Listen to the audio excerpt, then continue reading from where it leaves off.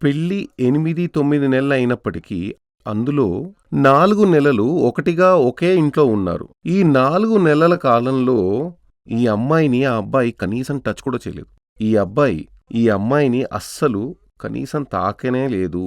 ఆ అబ్బాయి ఏం చెప్పాడంటే అమ్మాయితో, మనం అన్నా చెల్లుల్లాగా జీవిద్దాం అన్నాడట. నిజానికి ఈ అమ్మాయికి సోదరులున్నారు. నీకు 2 సోదరులున్నారు కదా, నన్ను 3వ సోదరుడిగా భావించు, మనం అదే విధంగా జీవిద్దాం అన్నాడట.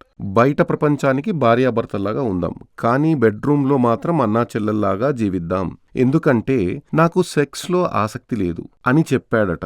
సరే, అబ్బాయి మనసు మారుతుంది అని అమ్మాయి 4 నెలలు అక్కడే ఉంది. చిన్నపిల్ల కదా, వయసు 19 ఏళ్లే కదా, చివరకు కుదరదని అతన్ని వదిలొచ్చేసింది. ఇప్పుడు ఈ అమ్మాయి ఏం చెప్తోందంటే, నాకు ఆ లైఫ్ వద్దే వద్దు. దీనికి ఏంటి కారణం?